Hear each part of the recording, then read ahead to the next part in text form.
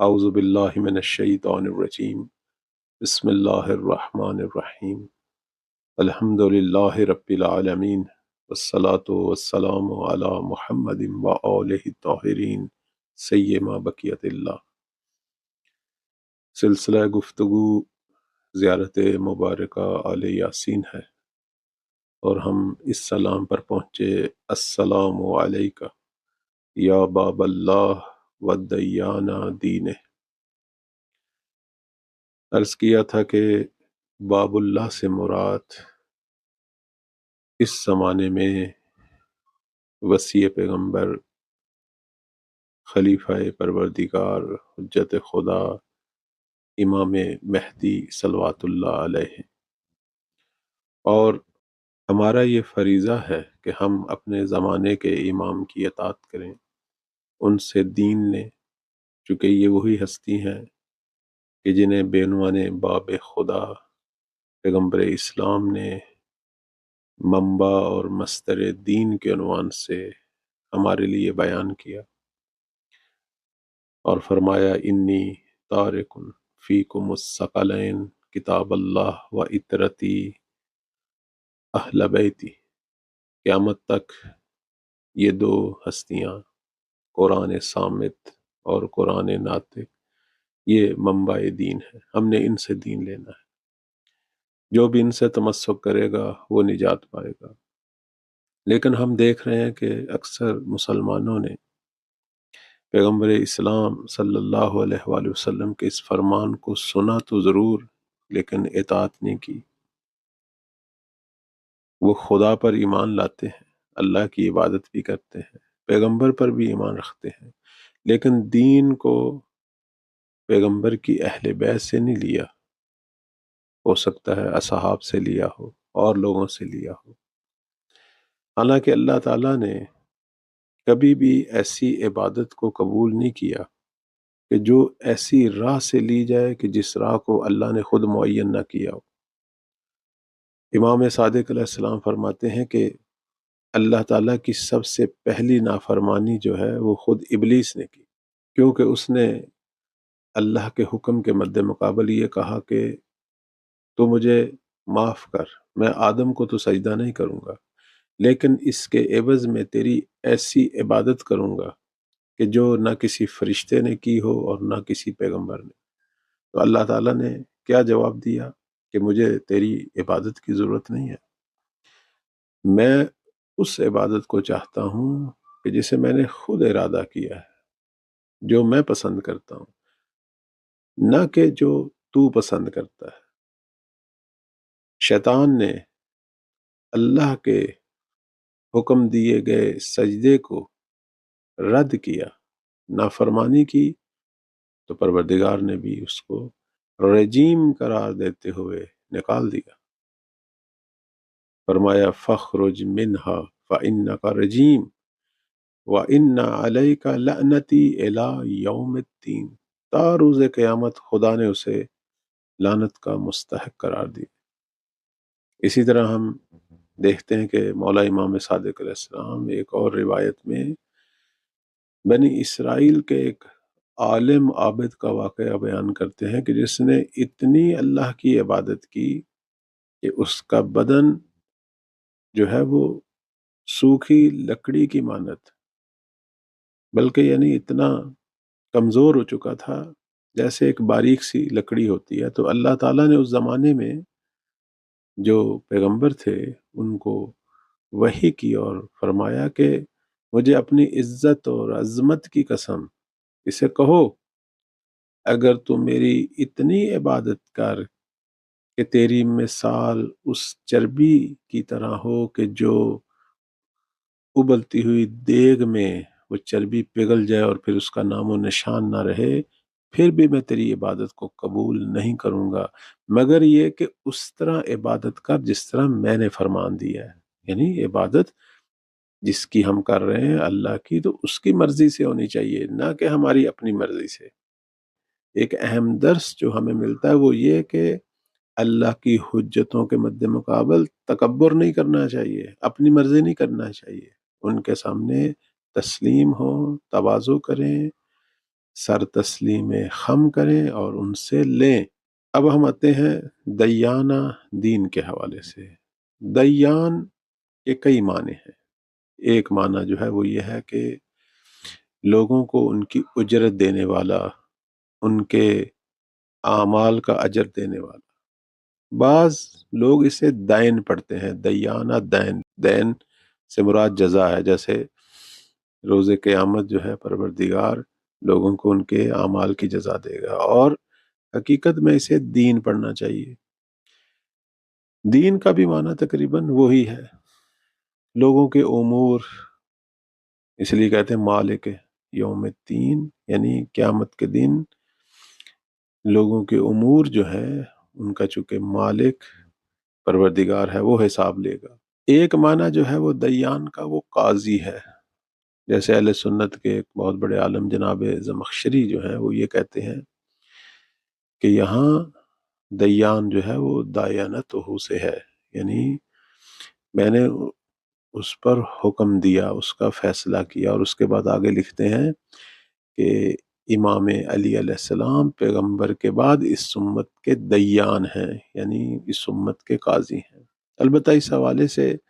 خود پیغمبر اسلام کا فرمان بھی ہے کہ علی تو میری امت کا جو ہے وہ حاکم ہے، قاضی ہے، یعنی ان کے امور میں فیصلہ کرنے والا۔ اور ہماری ایک معروف کتاب، کتاب سلیم بن قیس ہلالی میں یہ آیا ہے کہ پیغمبر اسلام فرماتے ہیں کہ علی جو ہے وہ اس امت کے دیان ہے اور ان کے امور پر شاہد بھی ہیں، یعنی امت کے اعمال سے آگاہ بھی ہیں۔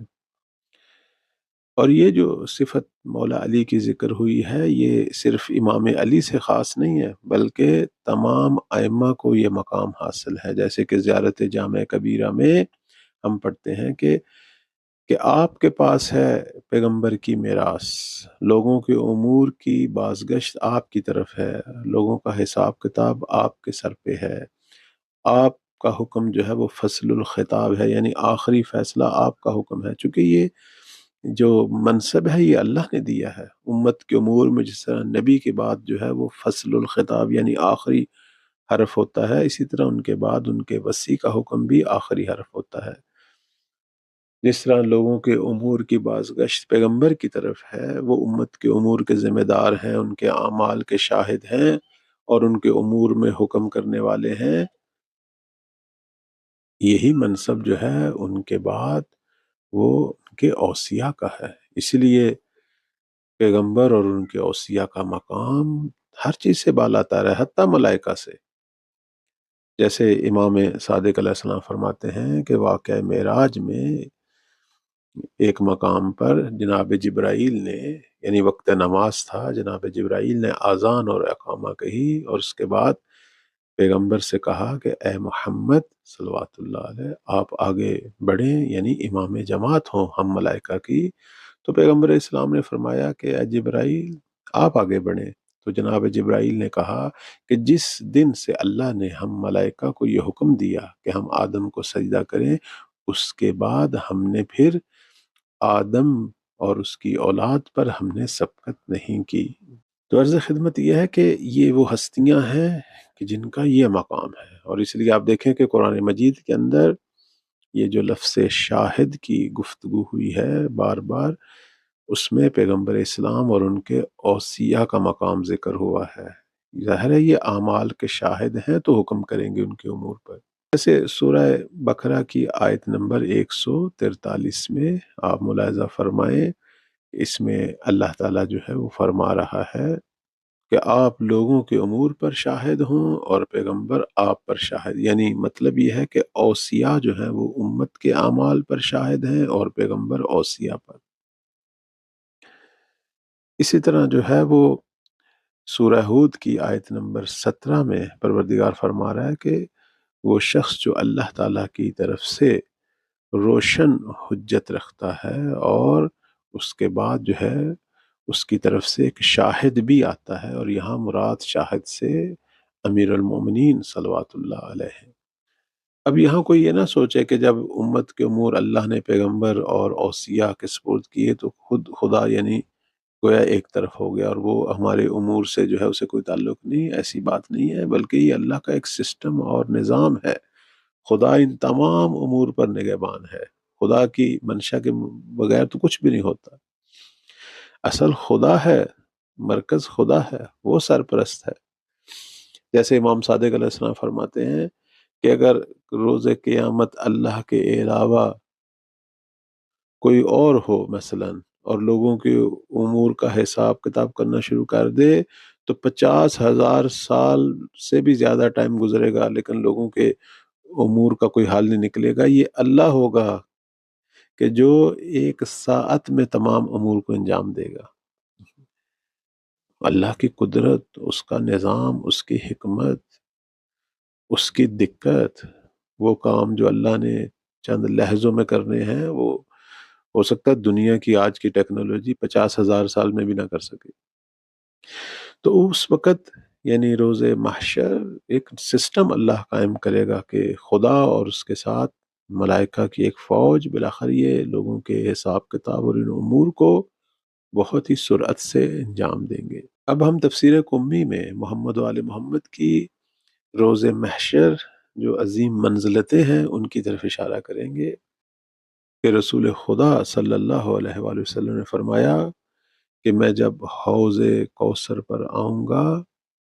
تو اے علی، تم اس وقت اس کوثر کے ساقی تم ہو، اور حسن جو ہیں وہ اپنے شیعوں کی حمایت کریں گے اور ان کا دفاع کریں گے، اور حسین جو ہیں وہ اس وقت حکم دیں گے، یعنی شیعوں کے امور میں اللہ انہیں یہ اختیار دے گا حکم دینے کا، اور علی ابن حسین جو ہیں وہ اپنے شیعوں کے آگے آگے کھڑے ہوں گے اور ان کو لے جانے والے ہوں گے بہشت کی طرف، اور محمد ابن علی یعنی امام باقر علیہ السلام یہ لوگوں میں بانٹیں گے خیرات و برکات، اور امام جعفر جو ہیں یہ لوگوں کی رہنمائی کریں گے، اور امام موسیٰ بن جعفر جو ہیں یہ اپنے شیعوں کو جو ہے وہ جدا کریں گے دشمنوں سے اور منافقوں سے، اور انہیں شمار کریں گے، اور امام علی ابن موسیٰ جو ہیں یہ مومنین کو زینت دیں گے، اور محمد ابن علی جو ہیں یہ اہل بہشت کو بہشت میں جو ان کی جگہ ہے وہ دکھائیں گے، اور علی ابن محمد جو ہیں وہ شیعوں کا خطبہ پڑھیں گے اور ان کی حور العین سے جو ہے وہ شادی کروائیں گے، اور حسن ابن علی جو ہیں وہ اہل بہشت کا چراغ ہوں گے کہ جن کی نور اور جن کی روشنی سے اہل بہشت جو ہیں وہ نورانی ہوں گے، اور امام مہدی علیہ السلام جو ہیں وہ روز قیامت اپنے شیعوں کے شفیع بنیں گے۔ اسی طرح مناقب آل ابی طالب میں ایک اور روایت ہے کہ پیغمبر اسلام فرماتے ہیں کہ اے علی، میں لوگوں کو ڈرانے والا ہوں اور تو ان کو ہدایت کرنے والا ہے، اور حسن جو ہے ان کے رہبر ہیں، حسین رہنما ہیں، اور علی ابن حسین ان کو جمع کرنے والے ہیں، اور محمد ابن علی ان کو آگاہ کرنے والے ہیں، اور جعفر ابن محمد جو ہیں وہ ان حقائق کو لکھنے والے ہیں، اور موسیٰ ابن جعفر انہیں شمار کرنے والے ہیں، اور علی ابن موسیٰ ان کو روز قیامت پل صراط سے نجات دینے والے ہیں، اور دشمنوں کو دور کرنے والے ہیں، اور دوستوں کو نزدیک کرنے والے ہیں۔ محمد ابن علی جو ہیں وہ بھی رہبر اور رہنما ہیں، علی بن محمد جو ہیں وہ ان کو حرکت دینے والے ہیں، آگے لے جانے والے ہیں، اور ان کے عالم ہیں۔ حسن ابن علی جو ہیں اس دن ندا دیں گے اپنے شیعوں کو اور بخشش کریں گے، اور امام قائم جو ہیں وہ لوگوں کے امور کی جانچ پڑتال کریں گے اور ان کے امور پر شاہد ہوں گے۔ تو یہ جو مختلف مقامات اور منزلیں ہمارے ائمہ کے ذکر ہوئیں، یہ ان کی عظمتوں کے ایک گوشے کا اظہار ہے، اور اللہ تعالی ہم سب کو ان ہستیوں کی سچی معرفت حاصل کرنے کی توفیق دے،